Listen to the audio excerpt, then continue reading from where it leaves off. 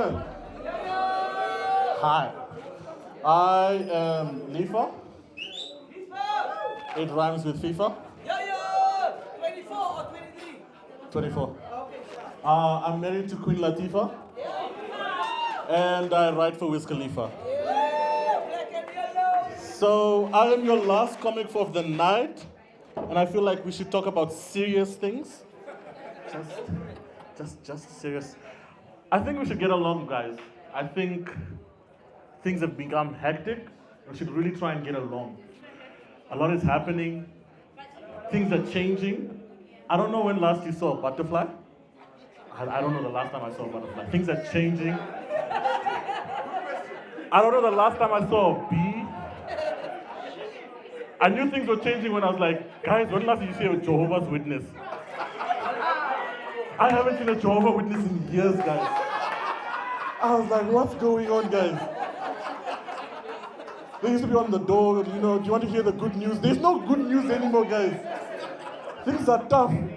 They don't have good news to sell us. I was stressed. And then I thought about it. I was like, I haven't seen a watchtower in a while.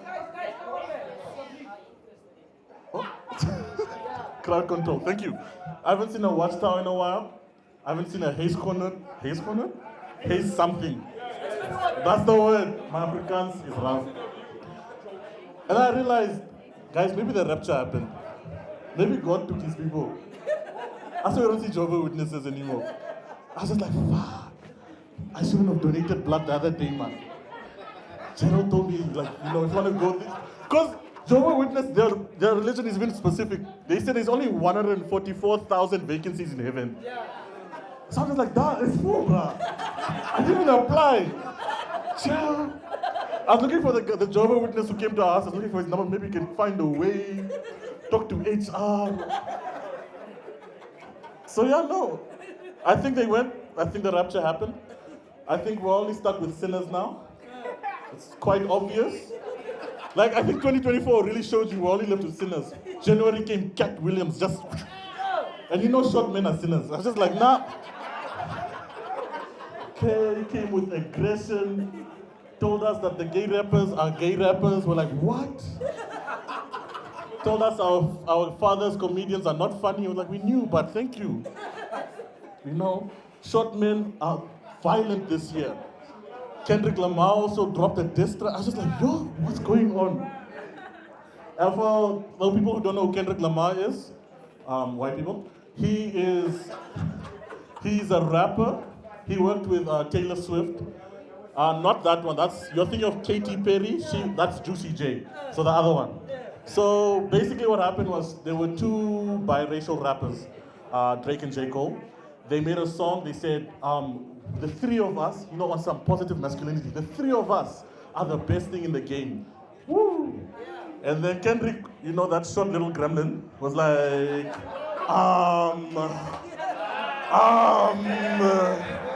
I don't know who you white men are talking about, but there's no big three, it's just big me. But he had to stand on the stool to say it.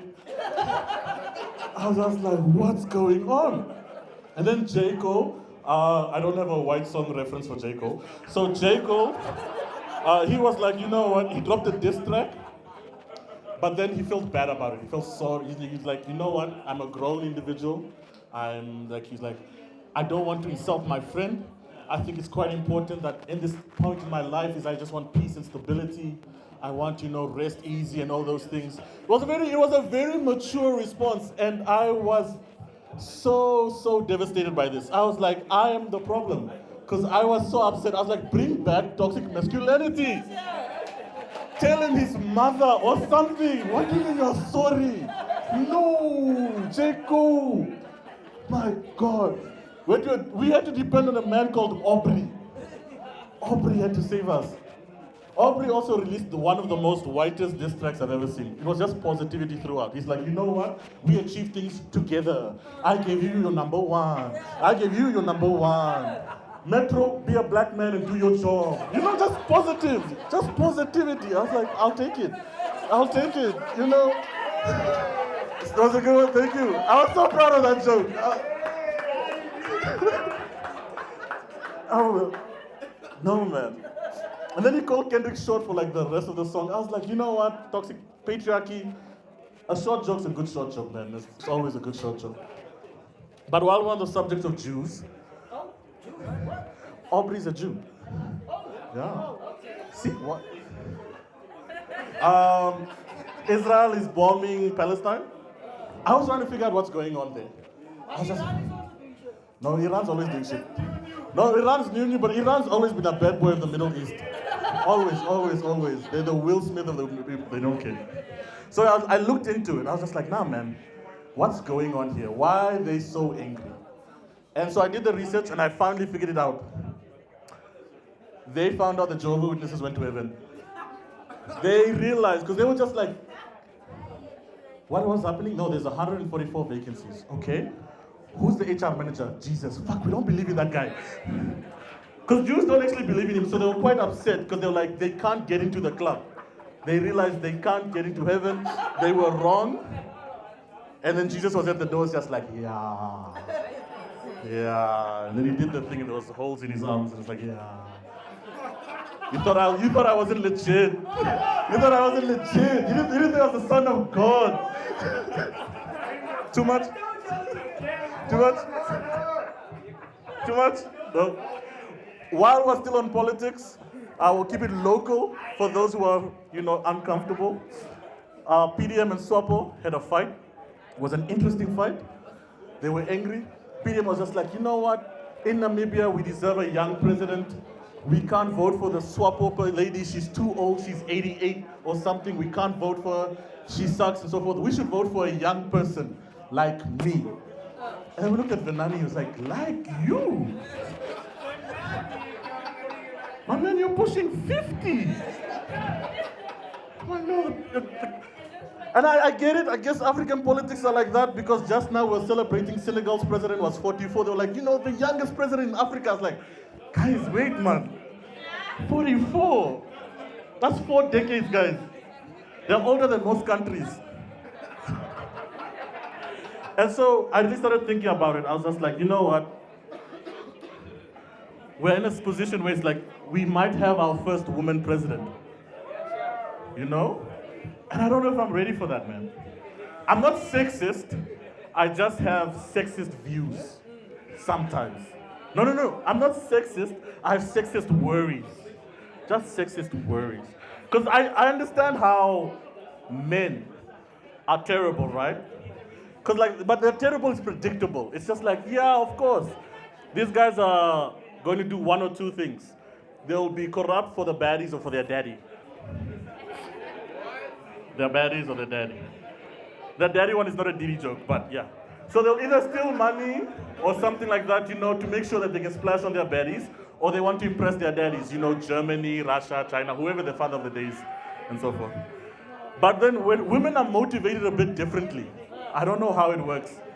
Because I think the best example I can give you is like, have you guys heard the song by Rihanna, Unfaithful? So how it goes is basically, she's upset that the man that she's with is aware that she's cheating and she doesn't know what to do about it. I'm like, stop cheating, babes. The whole song is like, I don't know what to do. I don't want to be a murderer. Every time he looks into my eyes, I see he's dying. What should I do? Stop cheating, babe. And I'm afraid of that logic. I'm like, that's what's gonna run that's what's gonna run the presidency. For instance, one of the things I aspire to see, I want an accountable president. And then accountability, women. Accountability, women.